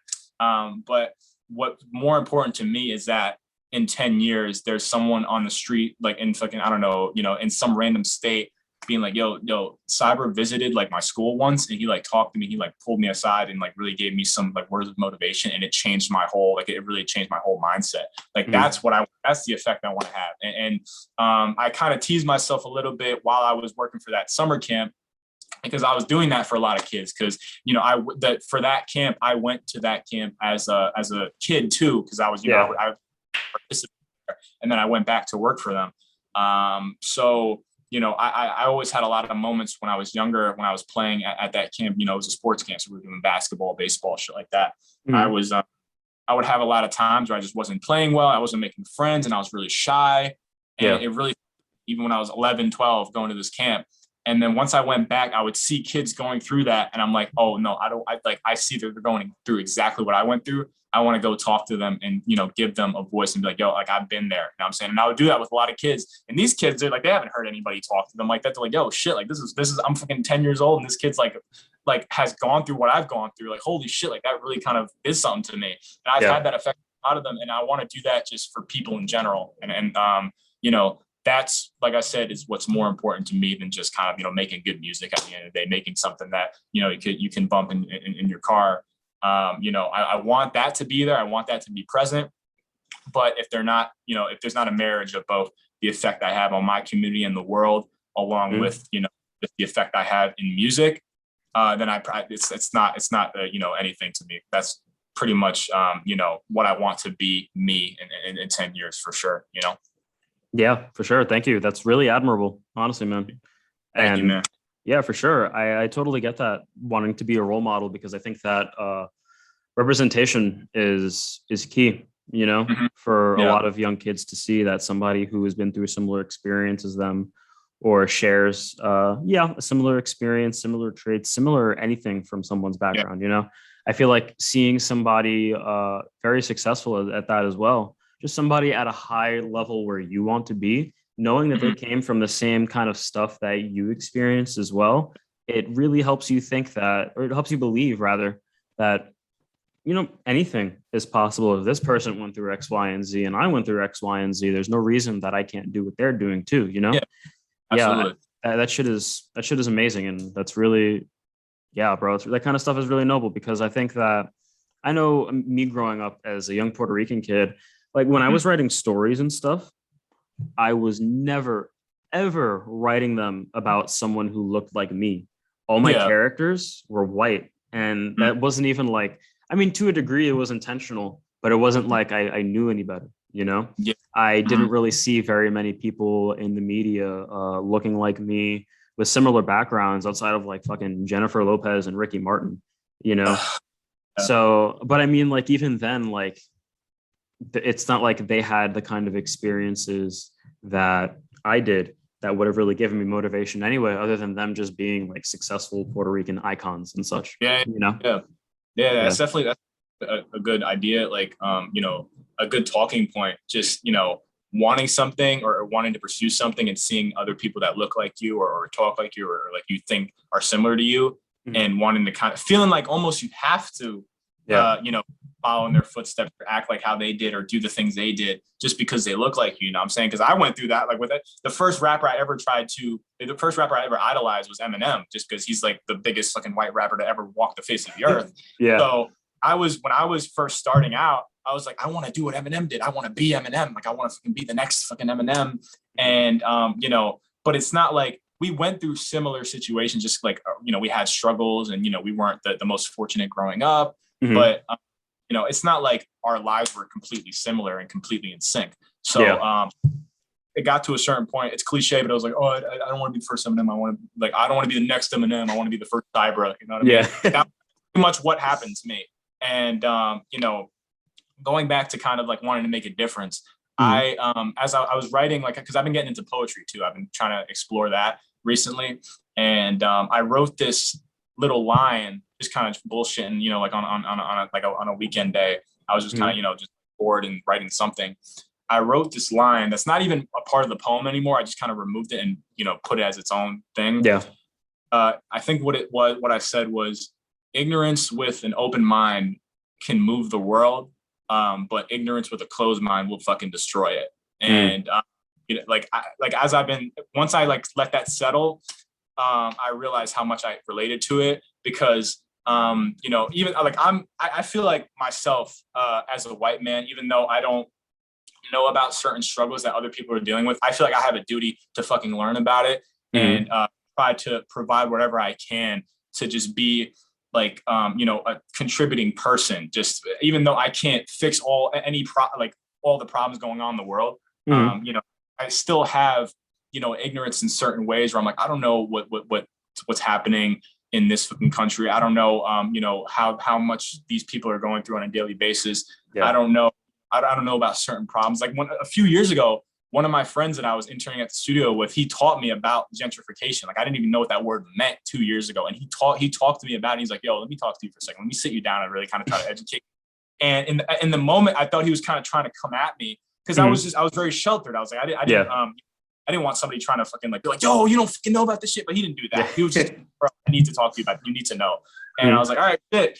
And then as he started talking, I was like, something was happening in my brain where I was like, damn, this is crazy. Like I'm so glad you told me this. I'm so glad you're like pulling me aside and actually trying to fucking, you know, make sure that I know this. And at this point in my life, I'm like, I really want to start like researching and like knowing, like completely having a grasp on the shit that's wrong with this world. Cause I totally believe at this point that this is a completely imperfect world, a completely imperfect country.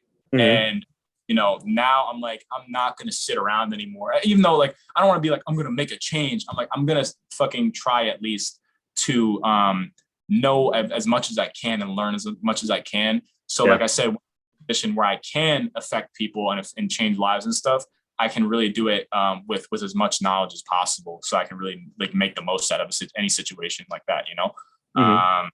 But yeah, it's like, I know my position in the world. I know I've been learning. People have taught me about my privilege, and I'm like, okay, shit. Now, you know, I'd have to use this, and I'm like, all right, now I want to be someone that's not just sitting around watching shit go by. I want to actually, you know, change it, but also learn about it and be aware of what's going on. That's the first step, and then I can go and, you know, talk to people and try to, you know, like affect people, you know, singular people's lives. And then hopefully that will lead to, you know, making a bigger change in certain ways. You know, I don't know how it's going to happen, but some way I would like to, you know, get to that point eventually. You know what I mean? Yeah, no, I feel you. And I think that it's really important too, that you're trying to educate yourself and like really just like, you know, play your part in the world, because it's not just virtue signaling, you know, where you're trying to just like say things and like not really mean it. You're saying things and like actively going about educating yourself in said things and like trying to understand the world that goes on. And, you know, I'm appreciative of that. And I'm sure a lot of people are too, because I think it kind of just like relates to your quote about, you know, ignorance with a closed mind, just destroying the world. Because I mean, we see a lot of that today. And I feel like it just closed-mindedness, ignorance is already an issue. Don't get me wrong. I mean, unfortunately, you don't know what you don't know. And when there can also be like, and not everybody can go about educating people or like, educating people the right way. Like, you know, sometimes, or like you were saying, how you're appreciative that your friend wasn't just like, bro, you don't know about this. Like, what the fuck? Come on. Yeah. Like, Very when, back. but he was still like, no, I want you to learn about this. I'm not gonna fucking come at you. Even if someone came at me, I would still probably be appreciative of it because it's like, oh, you're telling me what you think I need to hear from your perspective. I'm all for it. You know what I mean? Yeah, for real. And that kind of stuff is really necessary, especially in today's world where I feel like there's almost everything I feel like goes on is just like polarizing to some degree, you know? Like regardless of what happens, there's people who are for it and people who are against it. And the only way to get people from one side to the other is to hear each other out and have like a dialogue, you know?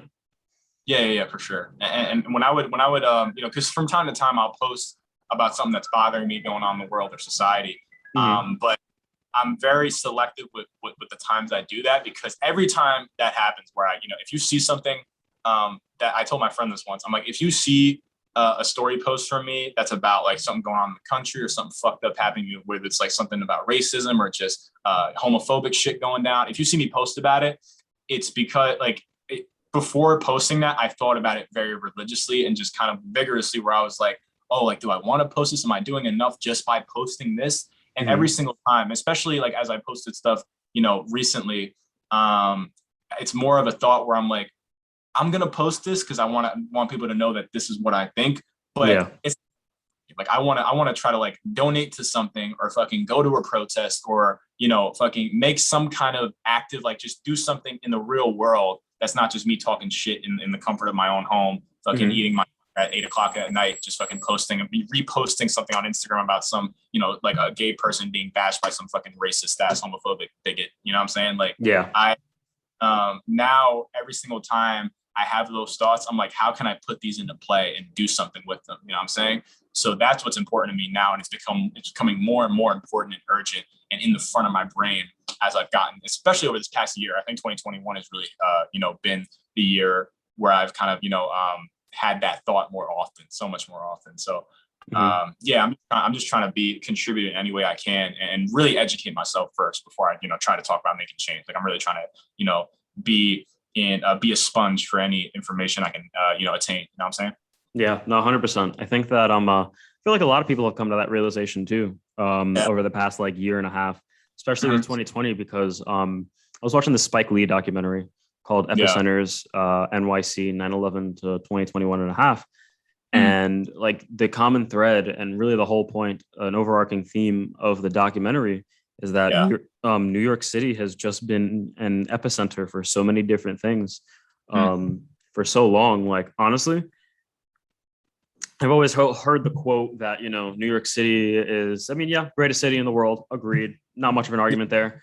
And then like NYC is the center of the universe. And honestly, like, I got to agree. Like, there's, we can't deny it. Yeah, there are people from all around the world who think that the streets here are paved with gold. And to them, it is because of all the opportunity that exists here, all the different sectors of different industries that, intermingle here in New York City, where all these different companies have a headquarters. You have one of the most diverse places in the world in fucking Elmhurst, Queens, which I know is like one of the most, I think the most diverse like area in the country. Definitely in New York City, I can tell you that much. And I think the country, I might be wrong. If anyone like in the comment section on YouTube wants to tell me that I'm wrong or like DM me, tell me that I'm wrong, please do. I don't have a problem with that.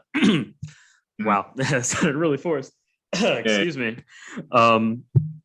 What's it called? But yeah, no, like even we were the epicenter of the COVID pandemic in the United States, and it's scientifically proven that all the other cases that started around the country in one way or another were traced back to New York because we're such a hub of influence throughout the entire world, relating it to 9/11 because today is 9/11.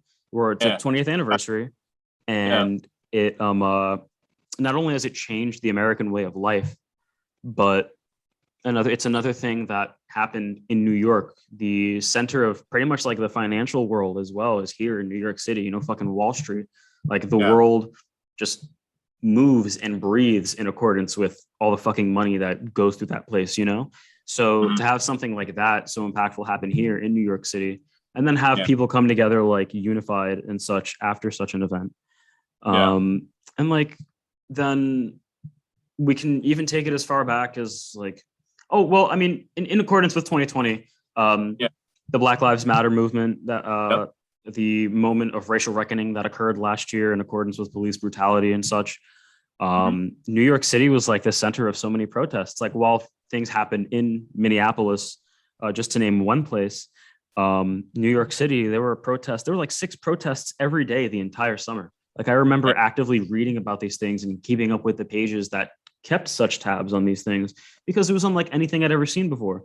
And then like footage from everything that's happening, like in Fort Greene, where they blew up that police van last year, or Washington Square Park, where there was like that crazy standoff. And even to this day, there's still like standoffs with police over there because of the relationship of, NYPD to, us as New Yorkers, which isn't always the best. And then like even going as far back as I think like, well, when was Stonewall? 1968, 69? Or Yeah. yeah, no, I don't want to misrepresent or mischaracterize anything, but that's a crucial point in the LGBTQ plus movement, like Yeah. that's the start. That's like really the start of it right there in at least New York City in America. Yeah. And New York has been at the forefront of everything. Like one of the first settled places in America, New York Yeah. City, like Bro. we're central to like pretty much the operation of almost the entire world. And I feel like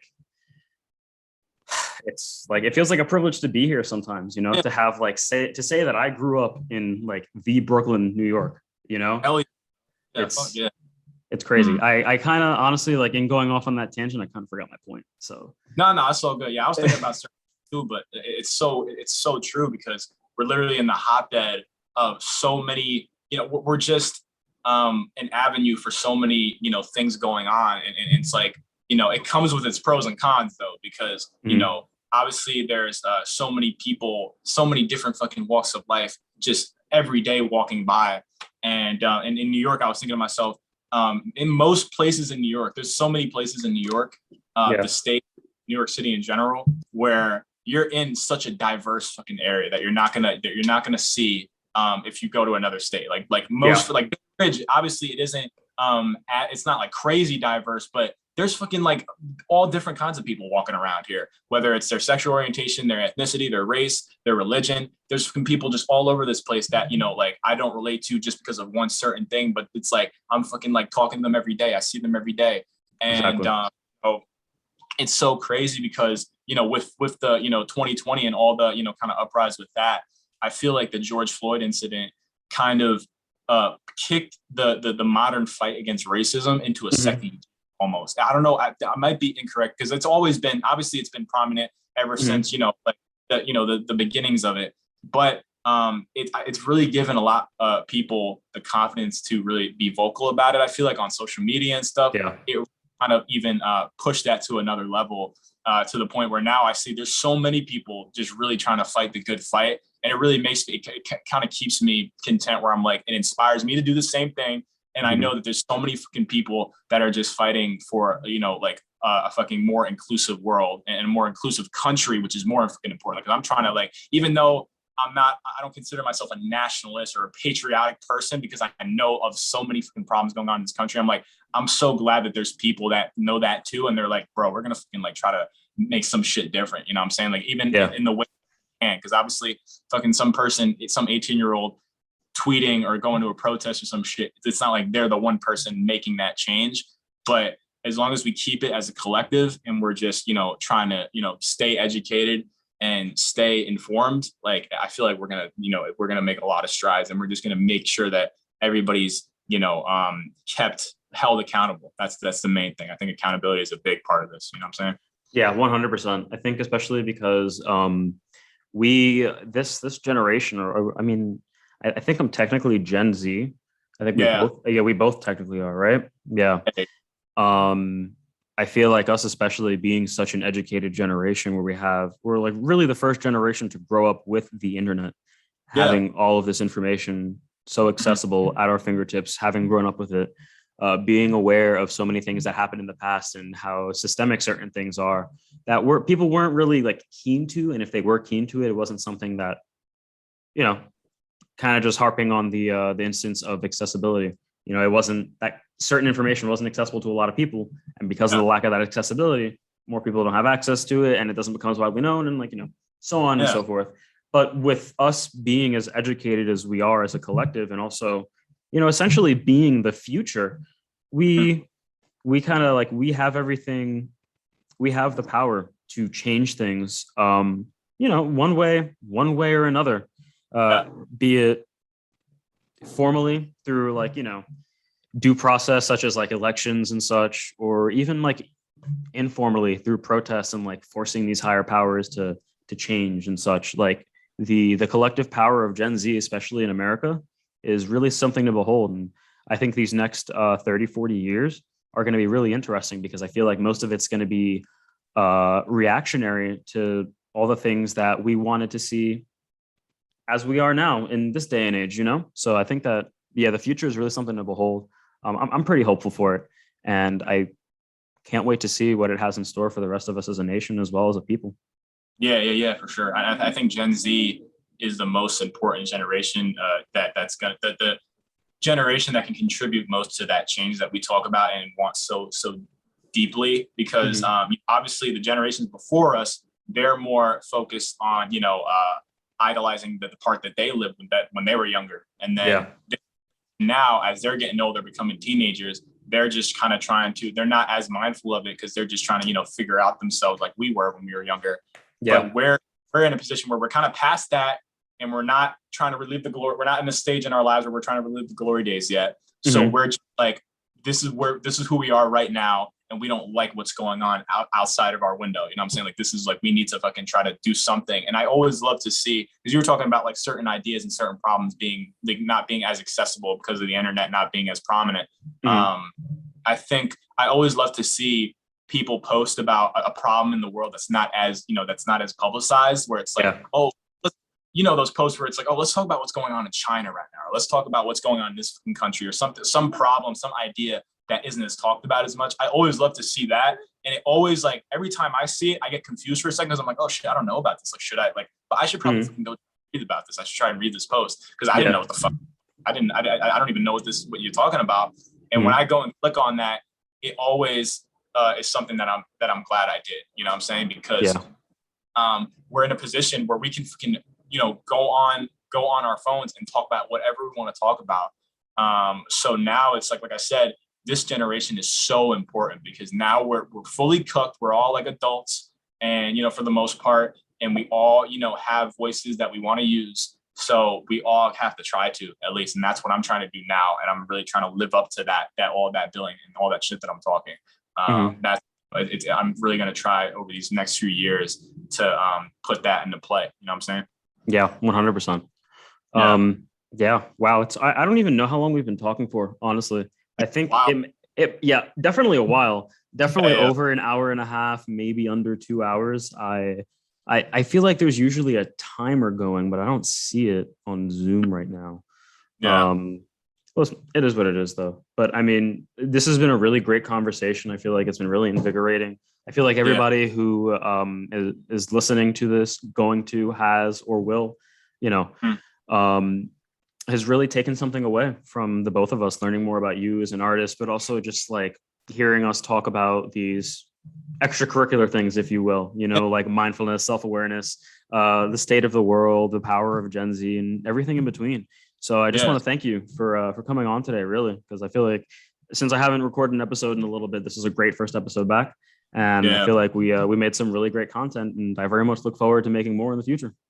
Absolutely, bro. It was a blessing. I'm in the same boat where I haven't done this in a while. I haven't done an interview in a while. So, for this to be the first one back, and just for us to get into so much shit, so much shit, it was, I wouldn't have had it any other way. So I really appreciate you having me on, bro. For sure. Yeah, for sure, man. Thank you for being here. I mean, before we all go and say our goodbyes, though, is there anything else that you want to just like, you want to get off your chest? Well, let me not say it like that.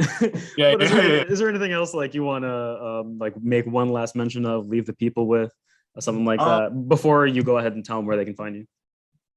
So obviously, like, I want to let you know where you can find me, but before I say that, I just want to say one thing I wanted to talk about.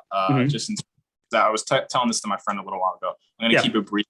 It doesn't really require that many words, but like, obviously a lot of people, a lot of people watching this right now might be wanting something out of life and wanting to pursue something. But it's really important that we take these dreams and take these things that we want, no matter what it is, making change or just, making, a difference in the world or becoming something special or becoming successful. Just whoever's listening to this, I don't know if you need to hear this or not, but just like try to deconstruct that and take it one day at a time, because, it's like, if we're just thinking about that, that future, and all we're going to be doing is sitting around thinking about it and not doing anything to progress. So, whatever you're doing right now, anything that we're doing in our respective lives, like just take it one day at a time and just try to live in the moment as much as possible. And, just be easy on yourself. I hope all y'all take care of yourself. And like I said, if you want to get in touch with me, Cybra00 on Instagram. I got some in the works. So I'm not doing the song a month anymore. I'm trying to kind of recalibrate, have a different game plan, but I got, EP mixtape thoughts in the works. So, that's going on. But whatever I do, I'm going to make sure that it's, it's impactful. And, just in the meantime, just trying to, live life and connect with more people. And, just trying to, take it one day at a time. You know what I'm saying? Yeah, for sure. I love to hear that. Thank you, man. So your music, where can everyone find that? Like, what are is it on all streaming platforms? Yeah, pretty much. I use a distribution company, so it's pretty much everywhere, all the main ones for sure. But I'm pretty sure, the lesser known ones, or lesser, access ones like Pandora and, Deezer, on all those, but it's without question on, Spotify, Apple Music, Tidal, shit like that. So, anywhere you stream music, this is what most people say, but anywhere you stream music, you can most likely find me and, listen to my stuff. All right, sweet. Yeah, no, that's great. That's great. Bet. And that is Cybra, Cybra, for those of you listening and not watching, because I'm sure when I have this out, I'll just your name is going to be at the bottom anyway. Like you've seen how they are before. So yeah. But no, thank you so much for stopping by, man. It's been a pleasure. You can find me at Enrique Ortiz __ on Instagram. You can go head to my newsletter blog where I release my stories somewhat infrequently at enriquesentries.substack.com. What happened? No, I was saying stay tuned for that chapter 7, baby. It's going to be it's coming eventually before the month is out. I guarantee it. Before the month is out. Maybe in a week and a half. But yeah, thank you everyone for tuning in. Thank you, Cybra, for coming on. And we'll see you next time. Only thing helping me is bass telling me hold on. Silver medal 10 years, but watch me get my gold on. But it's Cybra to the A go crazy. I'm teeing off and taxing these kids for my time, pay me.